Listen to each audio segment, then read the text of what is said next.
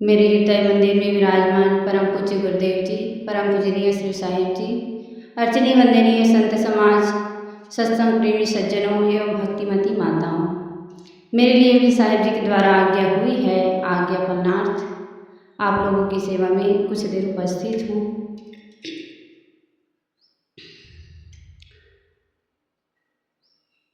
सदगुरु कबीर साहिब जी की साखी है।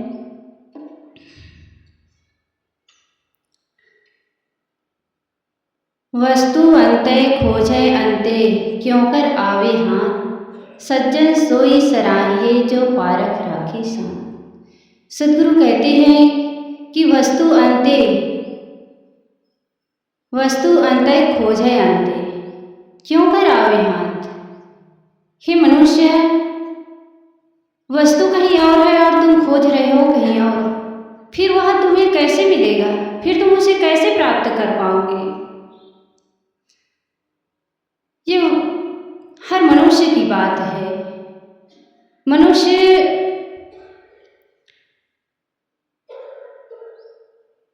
ईश्वर को, परमात्मा को, खुदा गॉड को कहाँ खोजता है? बाहर खोजता है। लेकिन वह बाहर नहीं मिलने वाला, वह तो हमारे भीतर मिलेगा, हमारे अंदर मिलेगा। लेकिन उसको जानने के लिए हमें कहाँ जाना पड़ेगा? संतों के पास, सज्जनों के पास।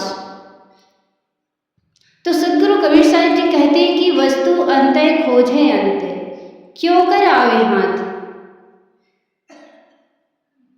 हम भौतिक दृष्टि से देखें, कोई भी सामान हो, हम अलग जगह पर खोज रखें और उसको दूसरी जगह खोजें तो वह मिलने वाला नहीं है। संत गुरुजन एक दृष्टांत बताते हैं कि एक बुढ़िया माता थी। दृष्टांत बहुत पुराना है, लेकिन हमें केवल उससे सार लेना है, उससे अपनी जीवन की वास्तविकता को जानना है। तो एक बुढ़िया माता थी। यह समय उस समय की है जब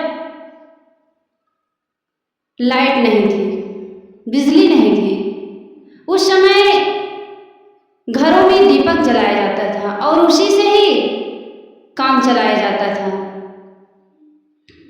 तो वह बुढ़िया माता थी, वह अपने घर के अंदर सिलाई कर रही थी। उस समय सिलाई मशीन का भी जमाना नहीं था, कपड़े हाथ से सिलना पड़ता था, सुई से सिलना पड़ता था। तो वह बुढ़िया माता जो थी अपना कपड़ा सुई से सिलाई कर रही थी। सिलाई करते करते उसे कुछ काम याद आ गया और वह सिलाई छोड़ करके अपना काम करने के लिए चली गई। फिर जब काम करके आई तो उसे याद आया कि मैं तो कपड़ा सिल रही थी, वह अधूरा था, चलो मैं उसे पूरा कर देती हूँ। और वह आकर के सुई ढूंढने लगी। इतने में शाम हो गई थी और अंधेरा हो गया था। घर में तो लाइट थी नहीं कि उसे सुई ढूंढने में आसानी हो। वह सुई ढूंढने के लिए जहाँ सड़क पर लाइट जल रही थी वहाँ चली गई और सुई ढूंढने लगी। तो वहाँ से एक व्यक्ति भी गुजर रहा था। वह पूछती है कि माता, आप क्या ढूंढ रहे हैं? तो बुढ़िया माता कहती है कि बेटा, मैं सुई खोज रही हूँ। तो वह जो युवक था, जो व्यक्ति था, वह भी उस बुढ़िया के साथ में सुई ढूंढने लगा। जब बहुत देर तक ढूंढता रहा, ढूंढते ढूंढते परेशान हो गया, सुई नहीं मिला। तब वह बुढ़िया माता से पूछता है कि माता, सुई कहाँ पर गिरा है? तो बुढ़िया माता कहती है कि बेटा, सुई तो मैं घर में सिलाई कर रही थी और वहीं कहीं रख दी, वह मुझे मिल नहीं रहा है। तो व्यक्ति कहता है कि माता, आपकी सुई घर में गिरा है और ढूंढ रहे हो सड़क पर, तो वह कैसे मिलेगा? इसी प्रकार हम सबकी बात है। हम बाहर खोज रहे हैं, लेकिन वह कहाँ है? हमारे भीतर।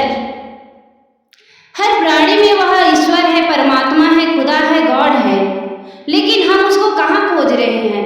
मंदिर में, मस्जिद में, गुरुद्वारा में, तीर्थों में, पानी में, पत्थर में। फिर वह मिलने वाला कैसे मिलेगा?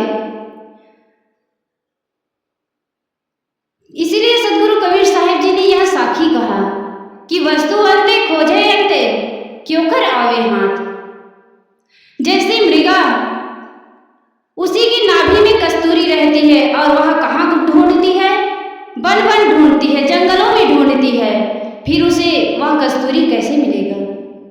तभी सदगुरु कबीर साहिब जी ने साखी कहा, कस्तूरी कुंडल बसे मृग ढूंढे बनवाही, और ऐसे घट घट राम है दुनिया जानत नाही।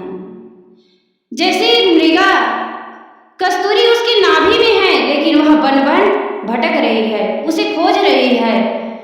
जैसे मृगा को कस्तूरी नहीं मिल सकती, इसी प्रकार जो व्यक्ति अपने घर से, अपने भीतर राम को नहीं खोजेगा, कहीं बाहर खोजेगा, तो वह मिलने वाला नहीं है।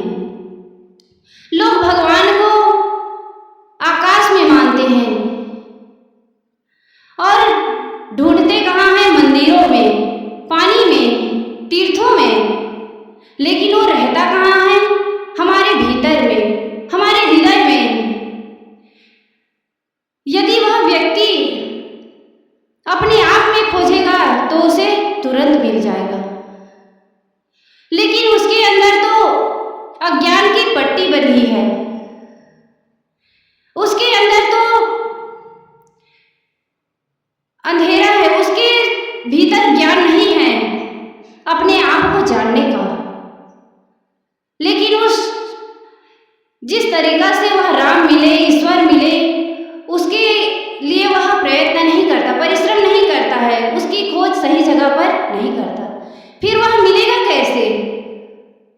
तो हम उसको खोजने के लिए, उसको जानने के लिए, उसको पहचानने के लिए कहाँ जाएं? संतों के पास, सज्जनों के पास, और उनके पास जा करके उनके शब्दों को सुने, उनके वाणी को सुनेंगे और उस पर मनन चिंतन करेंगे। तब हमें पता चलेगा कि जिस भगवान को, जिस परमात्मा को, जिस ईश्वर को मैं बाहर खोज रहा हूँ, वह तो मेरे अंदर है, मैं ही हूँ, मैं ही हूँ वह परमात्मा, वह ईश्वर, वह गॉड।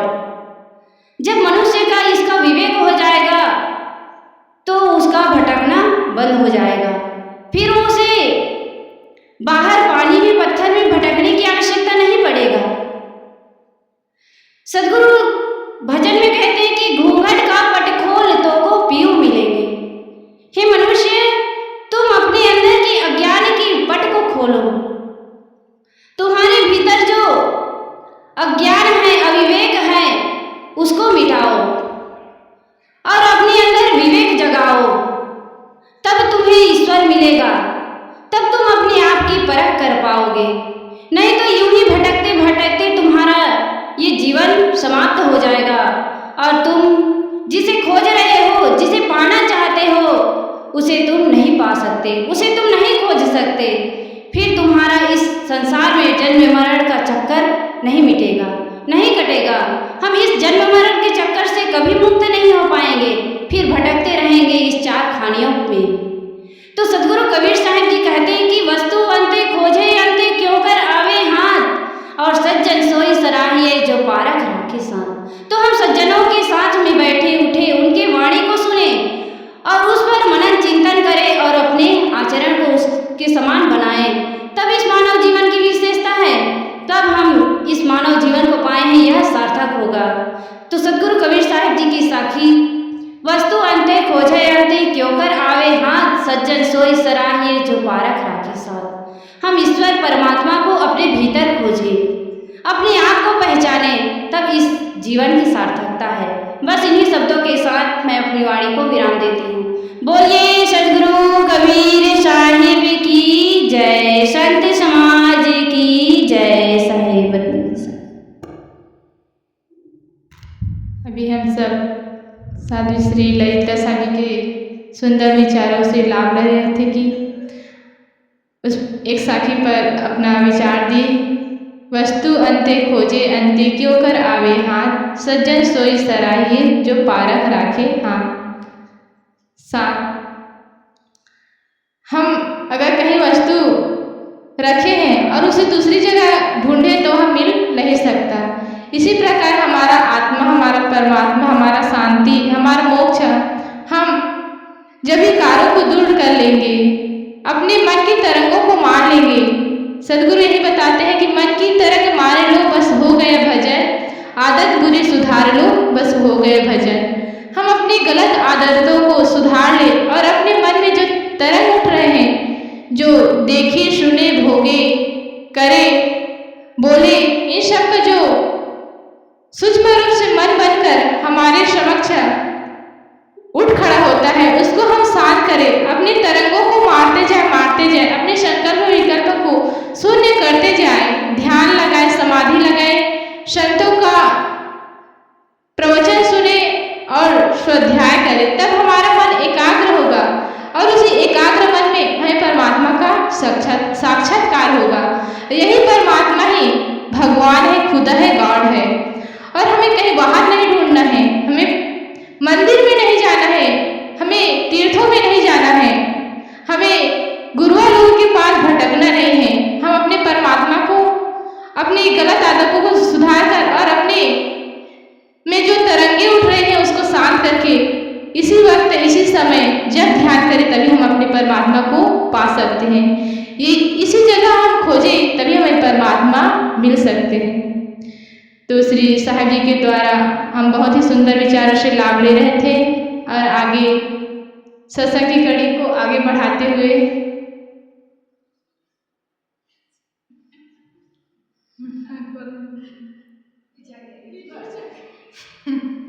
आप बोलिए।